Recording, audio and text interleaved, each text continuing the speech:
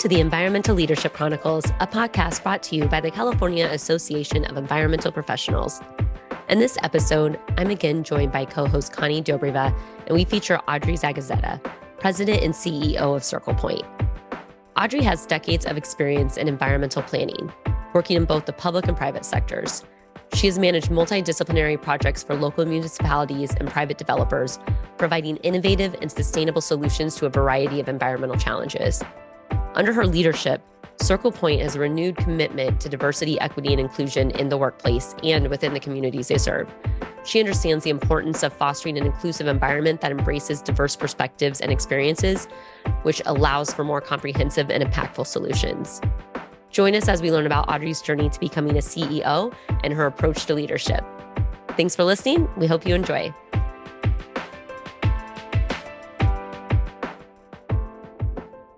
Hi, I'm Jessa. My pronouns are she, her. Hi, I'm Corinne. My pronouns are she, her as well.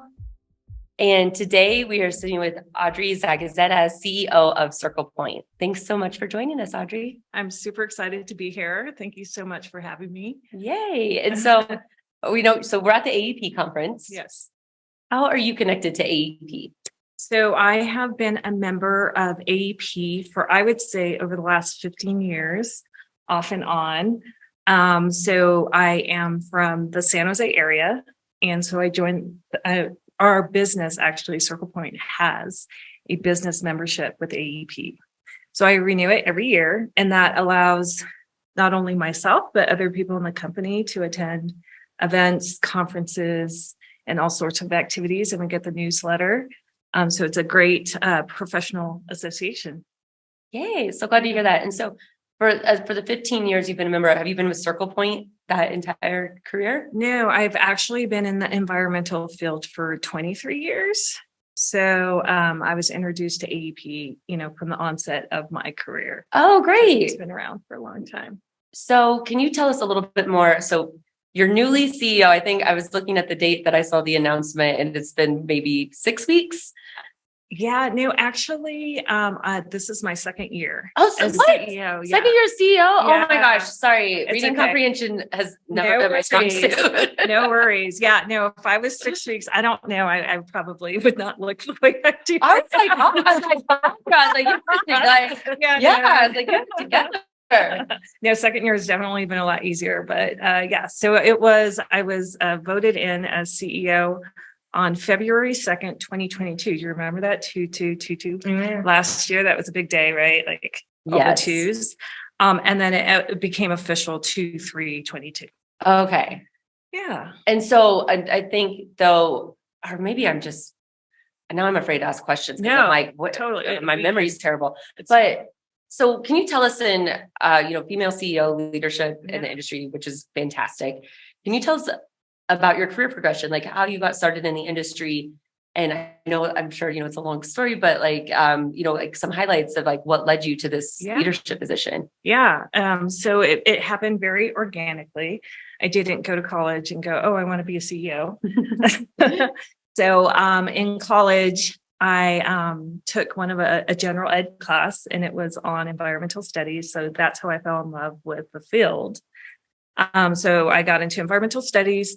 I got my degree in environmental studies with an emphasis on ecological restoration. So I kind of climbed the ladder. So my story is I started as an entry-level person for a professional services company, which is private consulting for environmental services. So I started with Ogden Environmental, and then I just moved through two companies, Impact Sciences and then Circlepoint. I did take a 2-year break and go into the public sector for a little bit. So that was very helpful to see what's happening on the other side. So there's a lot of politics, and it's just a different lens that you can see from the public sector. But I basically started entry level, and I just progressed through my career by getting promoted, through the different stages. And then when I was at that, when you hit the project manager level, then you have opportunity to do leadership. And then your leadership really starts showing whether you have those leadership skills or if that's an interest that you want to do. So there was a pivotal point in my career where our former CEO asked me if I wanted to run the environmental group. And so it was a big deal. I was just like, wow, okay, opportunity, right? So I took the opportunity, and I think that's what really helped me progress up is the willingness to take opportunities, to kind of step forward and say, yeah, I'll do that.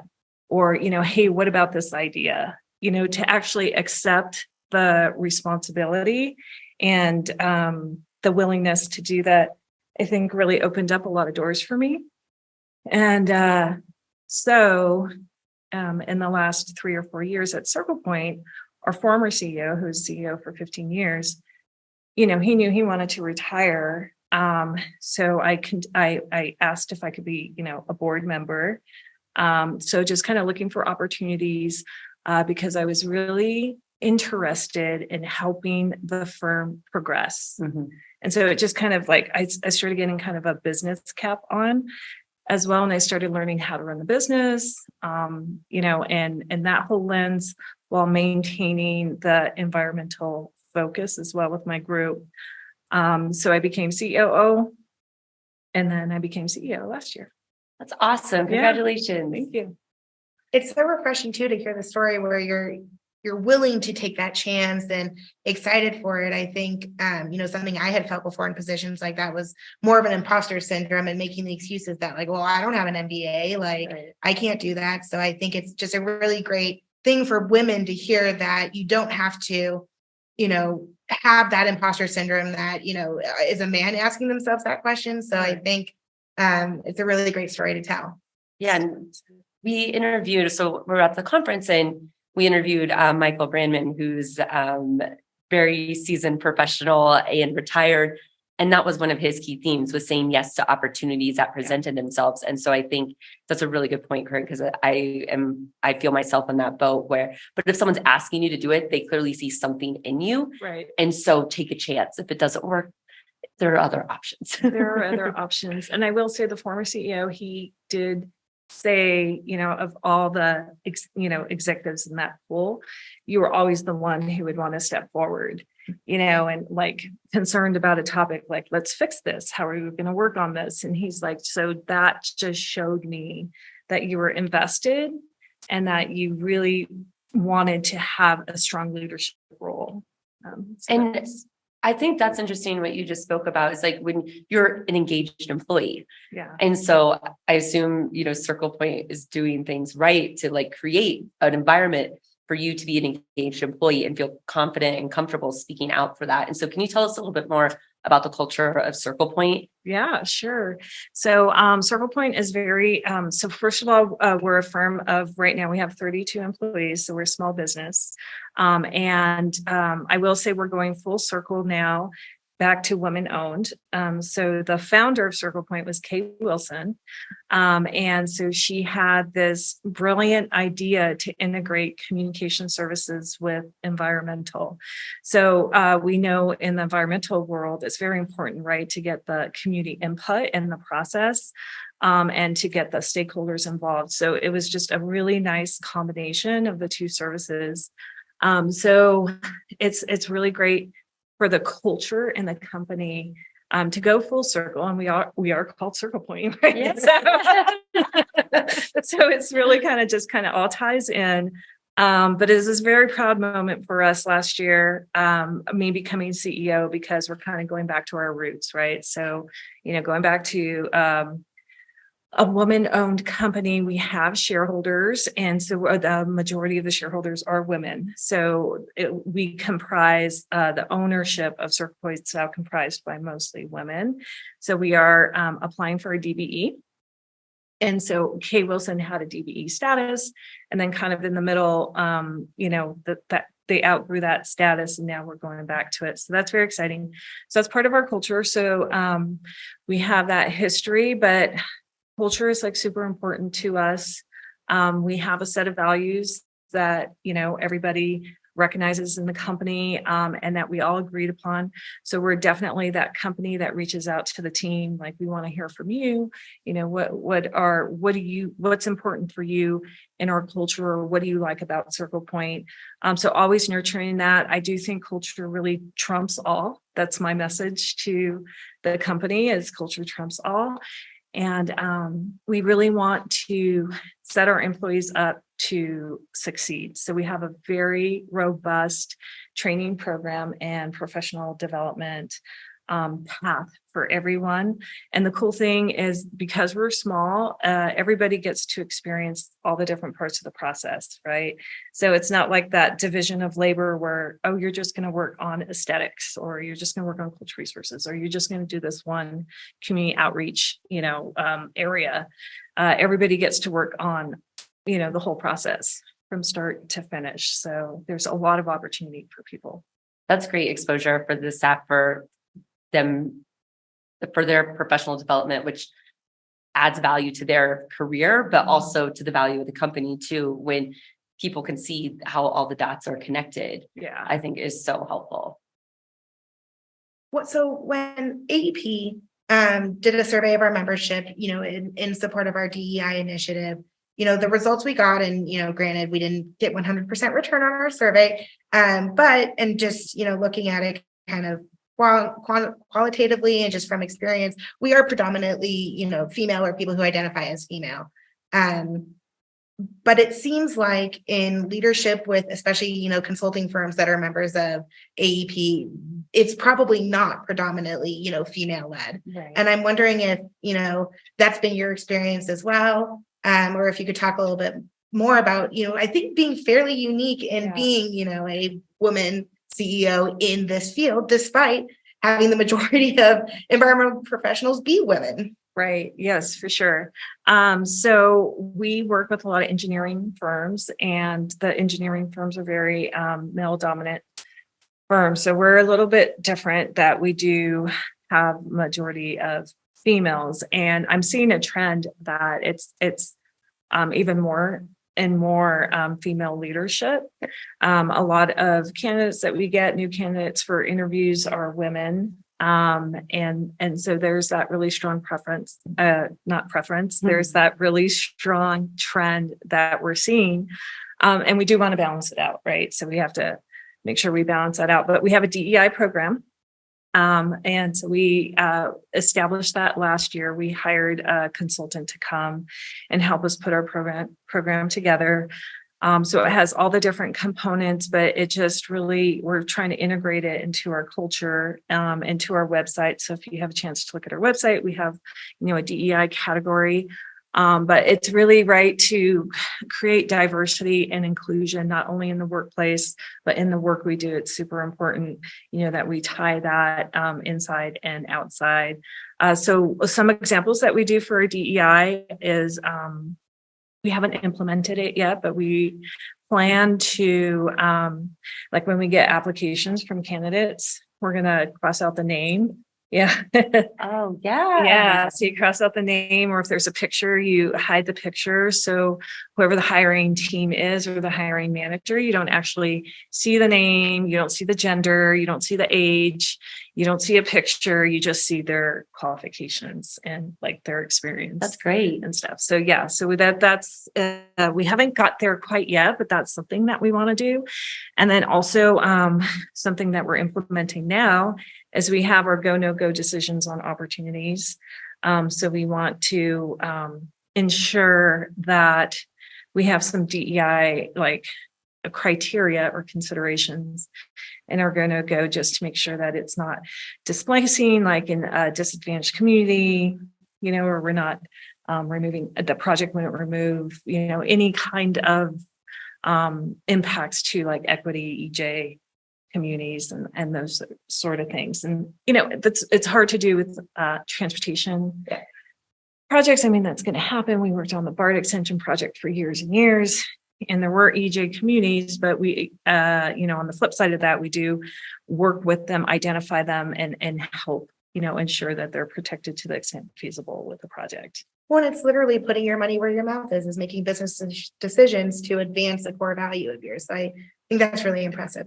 I was thinking the same thing. I was like, oh, these are very tactical actions that Yeah. align with what you say, who you are, and like living that out. I think that's fantastic. And I think those are, I'm thinking of all the initiatives Circlepoint has worked on as a small business. Mhm. And there's it's hard to make excuses like, oh, we don't have enough resources or enough people. It's like, you're doing it, you're investing in your employees, you're living out your values, which I think is really admirable and a really good model. And hopefully some ideas for some of the listeners to take away and implement in their workplace too. Yeah, it really makes it a more meaningful purpose, working with a purpose, for all of us. Like, we're there all day, right? Mhm. Everybody works, mostly 40 hours a week. And so we want people to feel that they have a purpose in the work we do, and that they align, with our values,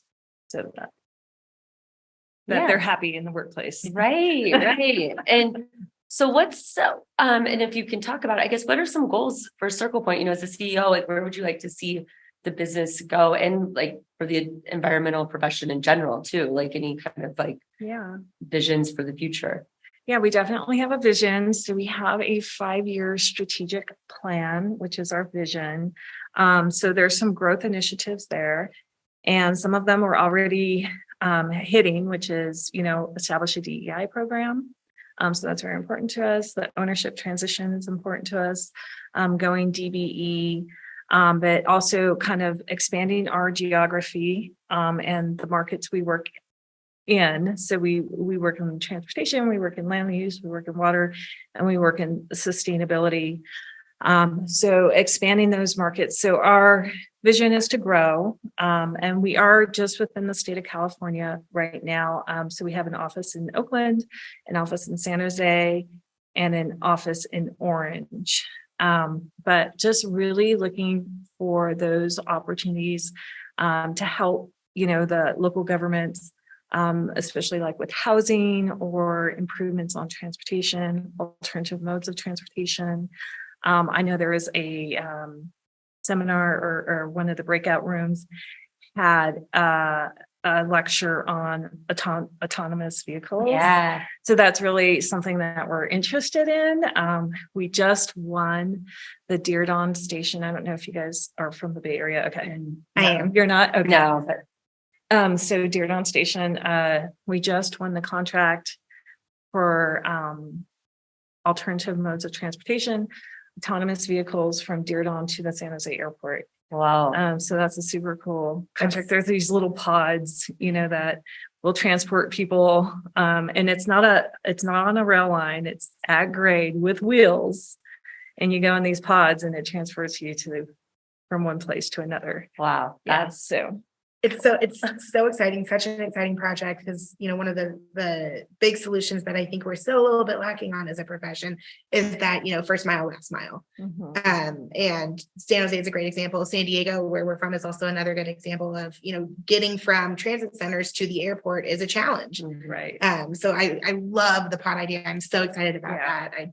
We'll have to have you back on when you've gotten a little further into the process, so you can tell us all about it. And we got to go demo them. Oh, cool. Yeah. Some people from the team went, and, we actually went to the pilot site and saw it, and we get to sit in them. And so kind of integrating solutions, right, with technology. I think that's kind of like on the interface. And we're going to embrace that for sure. That's exciting. And so super exciting.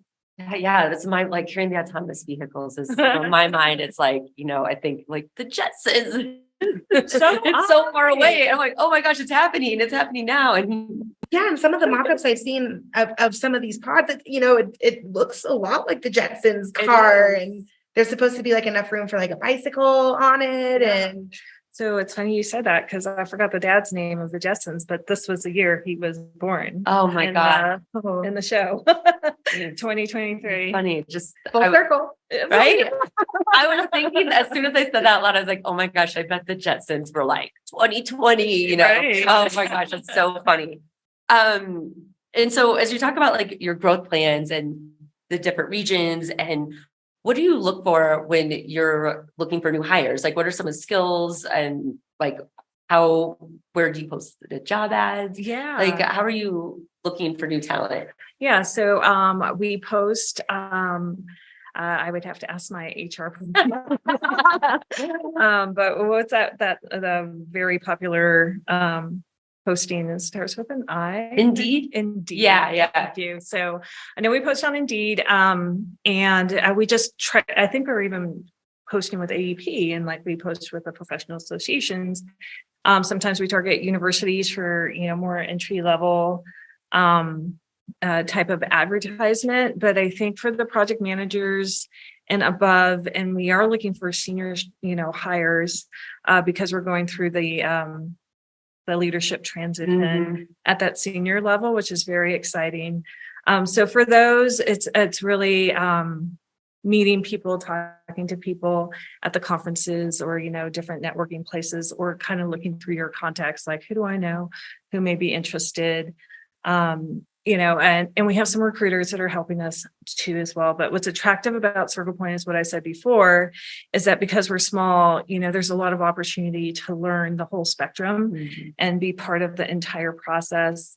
And it's we are implementing a very robust training program. Susan Harden, who is one of our executives, she's also a professor at Irvine. So she's helping us put this curriculum together internally, and it's just amazing. So I'm very excited for the team, to have this opportunity to do a lot of internal training. And professional development is very important to us.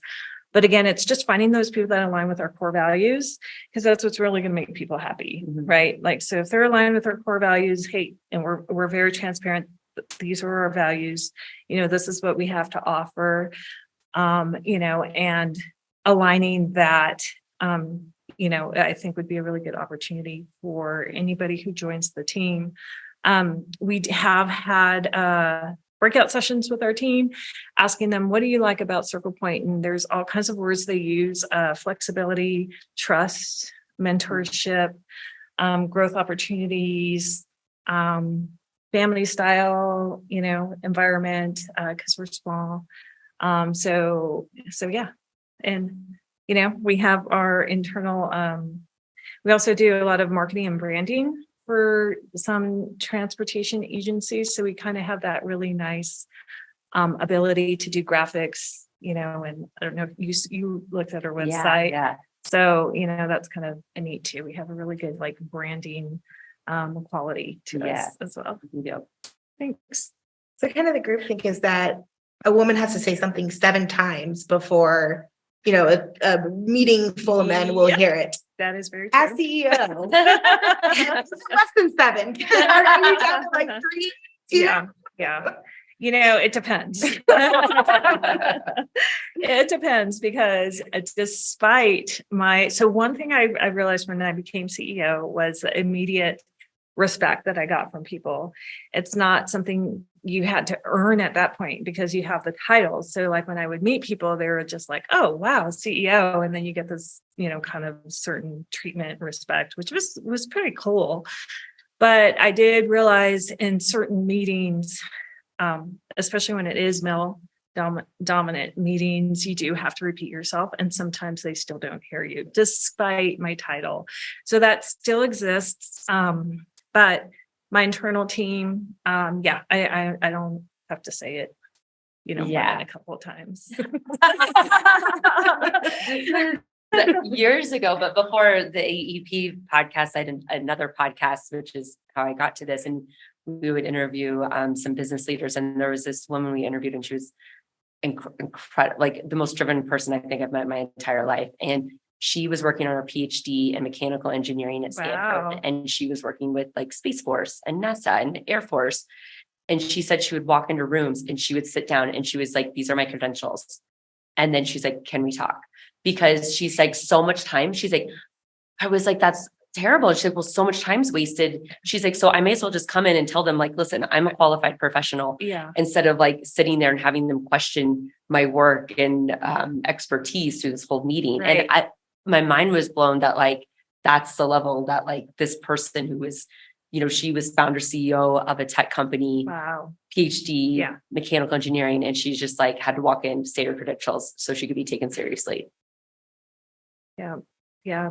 I'm not surprised, and I think too, when it's a diverse group, we'll say, of females and males, sometimes it's also just, the male has like a dominant voice. And sometimes, you hear that more because there's a lot of times I'll say things and then somebody will repeat it that has a deeper voice than me.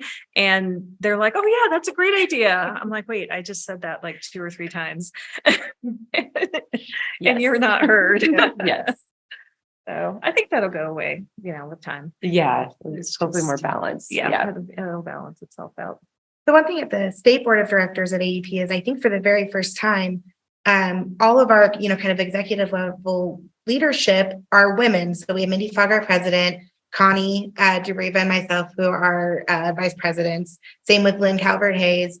And, our executive director is Lynn Binder. And again, just started this year, any tips for, having that leadership move into be, dominated by women, or anything we could learn from your experience? Yeah, I think just let things happen organically, is the best tip. But diversity is also, nice too. So, I'm not sure what, the ultimate goal or objective would be to become all, women-led leaders. I think that's good. But for me, being around, we do have a lot of women leaders, which is great. It's really important. I think for me, it's more important to get everybody to row in the right direction and in the same, not the right direction, but that's important too. But in, row in the same direction. So that is for me, the total key to success, to clearly identify what your goals and objectives are and get everybody to row in that direction, agree to disagree. And a little diversity, I think is good as well. But just kind of finding the path of least resistance with your leaders, and finding ways to everybody, to kind of move in the same direction, I think is my biggest advice right now, because that's helped us tremendously. I've just have seen a huge change in the leadership, and it trickles down, right? So if the leadership is all in sync and then it's trickling down, like your performance is going to be great. We had a really good performance in Q1 financially. And that was a long time coming. And so I think that was really a result of everybody rowing in the same direction, whether you were male, female, whatnot. I think, that's important. Well, and you touched on this when, as you were explaining, it's like having clear goals. Yes. So like you said, same direction, but also the right direction. Like we know where we're going. Right. And so having that alignment and collaboration, and, it's not inter-competitive. It's exactly, you know where you're going, and I'm sure why you're going there too. Right. To have a purpose. Yeah. So, yeah. With everything, even a day-to-day small task, I always, or we're coming upon a new initiative or a new policy or, some kind of special project or just a project. I always ask my team, like, what is your goal? What are we trying to accomplish here? So, and then what are the objectives? And then what is your outcome? What do you want to get to? And then everything else, comes in between to get there. I think that's super important. It just helps you stay focused. Yeah. Yes. And I think being on, different sides of that is, I've been the one to set the goals and be like, okay, this is what we're doing. Why are we doing this? How are we going to do it? And then I've also been the one who's like, oh my gosh, we have to get this done. And you start doing it. And it seems like, it saves so much time if you take that, that time to plan and lay out the big picture, right, instead of just going when it, things feel a bit chaotic. So it's great that you guys have that in your culture. Yeah, it's super helpful. And another question I had for you is I was thinking about this is in your career trajectory, and you're talking about developing this leadership program with your board member from Irvine, yes, who's Professor Irvine. What are some leadership like, how did you hone your leadership skills? Like, was there in-house training? Did you get it outside of the organization? Like, how did you hone those skills? That's a really great question. So I naturally, developed some leadership skills, and it was really learning how to work with my team and helping them. So I think that's a start. Like that started like developing my leadership skills and then learning how to work with the other leaders. That's a bit harder because there's, conflict. And like I said, trying to get everybody on the same page. And it's always going to be that way. Like everybody's going to have their own opinion or a different way or looking at it from a different lens. So there have been little sticky points in our leadership group where we have sought outside leadership mentors. Right. Yeah. So Katie Miller was one. I highly recommend her. She was great. She's with Left Lane Advisors, and she came in and coached the executive team. So she just kind of sat us down and we did like an assessment, like, what's your goal?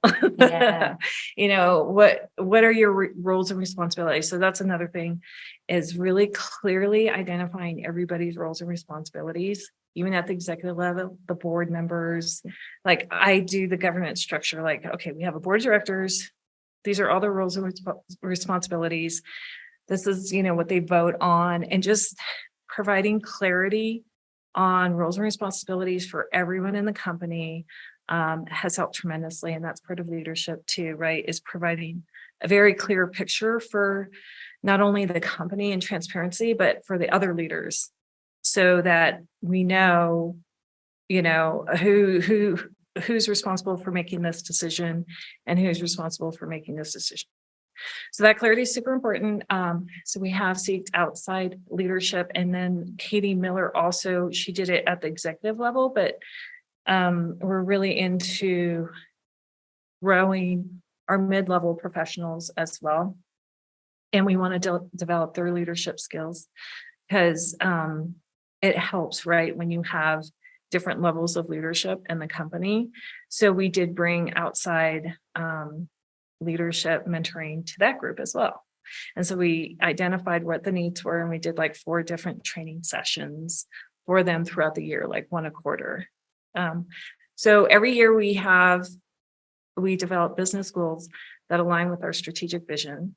So kind of having that strategic vision is like our guideline. This is, everybody's agreed to this. We're all on the same page here. So every year we do incremental goals to help us, progress that vision. So part of our goals, we have identified where we want to strengthen and expand leadership. And so we either do it internally or externally through training. And then for me, when I knew I was about to become the CEO, I went and bought like 5 books. How to be CEO 101. Totally. I'm like, first year of CEO, like, what does a CEO do? Like, I really wanted like clarity on it. And I still read my books.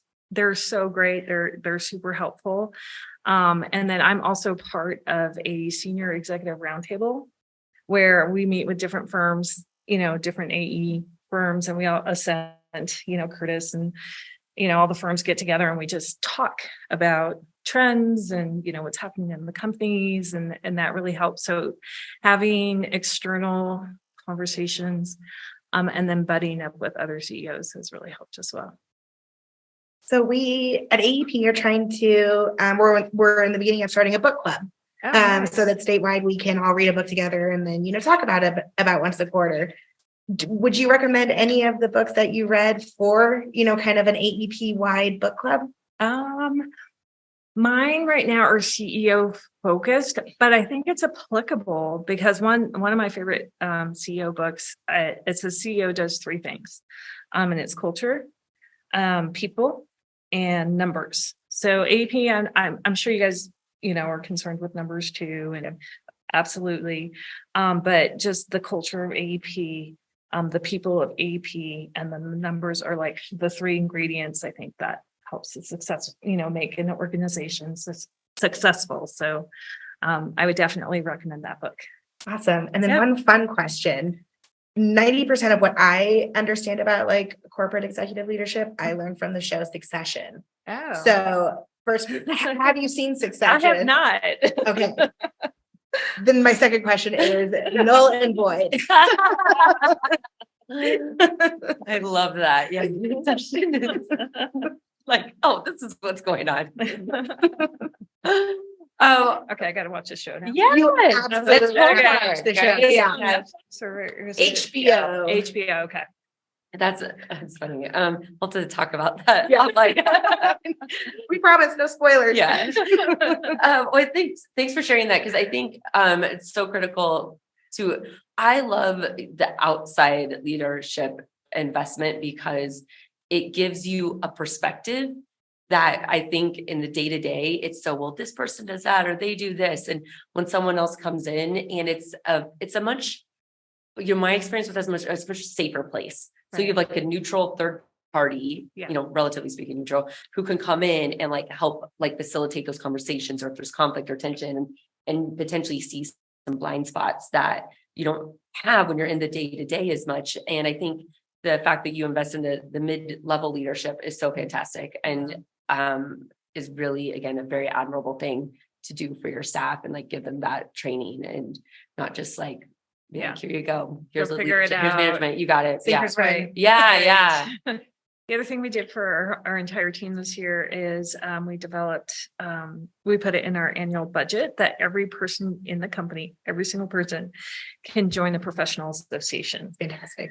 Yeah, so that was something that we included, and we're still kind of working it out, but we're really encouraging, like, when I'm here at the AEP, Susan Harden's here at the AEP, and I'm just like, next year we want to send more junior people to the one in Anaheim, and just anytime I go to one of the conferences or WTS or anything, I send an email. So every Monday I send a Motivation Monday email.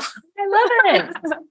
And so I let everybody know that we're at the conference. I took a picture of the beautiful scenery, and I'm like, yeah, we're out in beautiful Lake Tahoe at this conference. But really encouraging the young professionals and anybody in the company, like, hey, you want to be part of an organization. You want to, go talk to people in the outside world. And just like what you said, just, you can get a different perspective, or, see it from a different lens. And really our goal is to tie inside to outside, internal to external. And we do that, of course, through our corporate communications plan, where we, really want to, this is what we want to tell the world about Circlepoint. And this is what we're going to post on social media, and that sort of stuff. But yeah, professional associations, super important, and we want everybody to have an opportunity to be part of that. Yeah. AEP, a professional organization.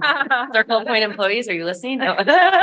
Exactly. And then I think before we wrap up, you had mentioned that your firm got a new contract for a podcast. Do you want to briefly mention that, or is that too early stage? No, it's not. And I was asking Susan a little bit about that last night. So it's with CCTA, Contra Costa Transportation Authority.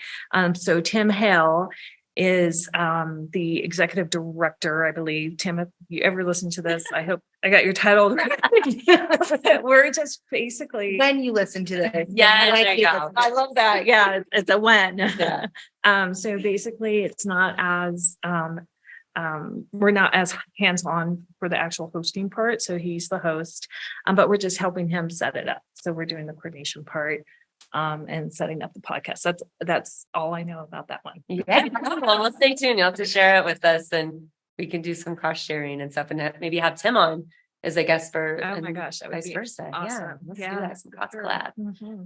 Well, great. Well, thanks so much for joining us. We'll Yeah. I want to see if there's any other questions or points that we want to address before we get into the wrap up rapid fire. Maybe any, for the 13-year-old girl who might be listening to this, who, wants to be a CEO, doesn't really know what it means, but understanding that representation is so important. Any just last words of advice for her? Yeah, I would just say that it's a very rewarding role, and to really, if you want to become a CEO, you really have to find a balance I will say that's, super important to understand clearly what your roles and responsibilities are as a CEO, and own it.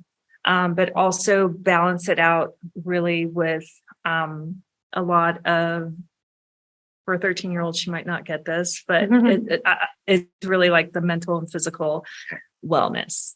So, it's just really a balance, and it comes with a full package. Yeah. Well, I was ready to wrap up, but now I have more questions. So, so how do you strike that balance? Like, how do you do that? Yeah. For maybe a 40-year-old girl. Okay. Hypothetically. So I have to say, a few weeks ago, I'm a little bit off my schedule, but a few weeks ago, I hit like the perfect schedule for me. And I'm glad I experienced it because I want to get back to it.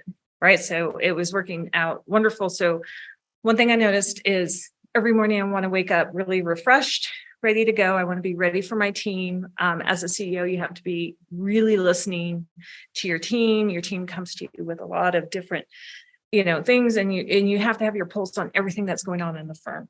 And that's what I tell my team. I have to know everything that's going on. I don't need to make a decision on it, but I just need to be in the know. So very, and you have to smile a lot, or at least I like to smile a lot for the team. But so what I do is sleep is essential. So try and get a good amount of sleep, but I was waking up at 5:30 in the morning before anybody else woke up in the house. And I would kind of sit in my office and look out the window, have my cup of coffee, but I would meditate for 10 minutes through the Calm app. I don't know if you guys have a Calm app, but it's just amazing. So I do my 10-minute meditation, and then I ease into the morning. Other people start waking up in the house with my husband or whatever. And then I start work. So I'm like clear-headed, very refreshed for work. And I work all day, and then I work out in the evening time. So I do martial arts. Oh, cool. I do Muay Thai and a little bit of MMA. And so I do really like intense martial arts. And then, so then I get everything out of my system. Yeah, I can imagine. And then I do like going for walks. I have 2 dogs. So the walking helps too. That's a really good, like, kind of clears your head. And then in the evening time, just that downtime, usually have a cup of tea. That helps me like kind of relax, get into, and get a good night's sleep. So that for me is my full balance. And then I live in Gilroy, so there's a lot of wineries that I go to on the weekends. Yeah. Awesome balance. That sounds lovely. That's a lovely day. That's like my dream day. If I could get up early and, not chaotically check my emails and be like, oh my gosh, I'm late for something. Yeah, it really just feels like it got me a little bit of a head start, right? We had Julie Reagan on the podcast also while she was at the conference, and her rapid 5, her favorite daily habit. She's like, I love having a cup of coffee first thing in the morning and just looking out the window. Yes. So it's really there's a amazing. theme here. Listen up, take notes. I am. Well, that's wonderful. And thank you for sharing that. That's so interesting. And I just learned a lot more about you too with that habit, or that routine. And so, okay, we'll get into the wrap up rapid 5. Do you have more? No. Okay. I'm like, I feel like I promise I'm done. Go another 30 minutes now. I'm like, okay. All right. So what is your favorite daily habit?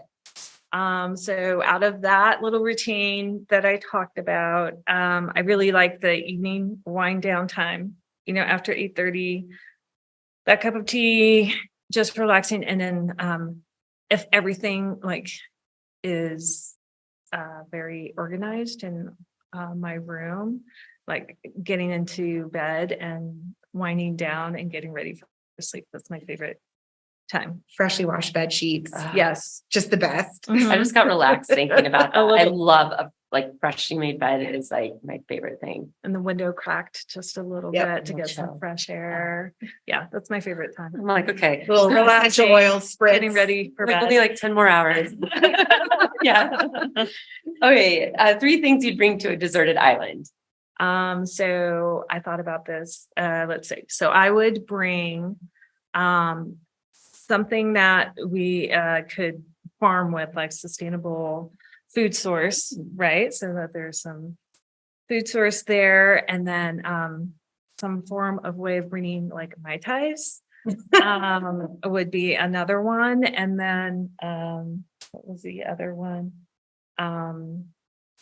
Probably some kind of sunscreen. I should For shade or cover, but I was thinking if the island had like big leaves, you could, use leaves for cover. But yeah, I would think some kind of like protection so that you can sustain yourself. Yes, I love that.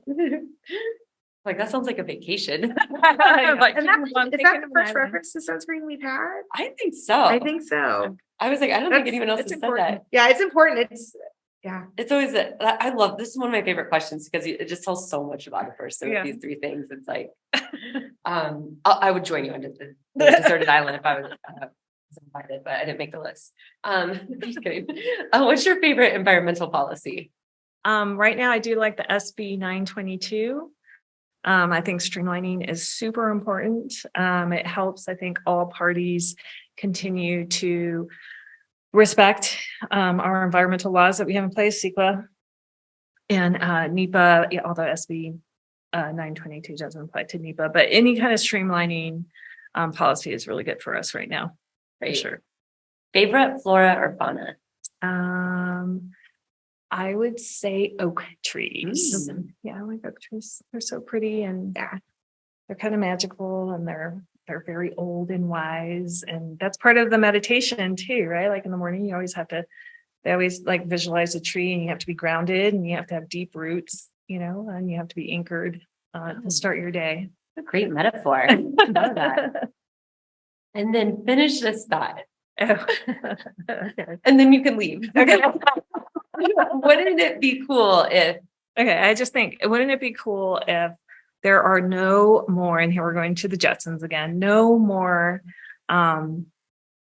vehicles like automobiles, and it was just autonomous and alternative modes of transportation that got us places. Yeah, little pods, because you could talk on the phone, or you can catch up on an email, or, I think they're time savers, and, gives you the ability to do a lot more than sitting there driving.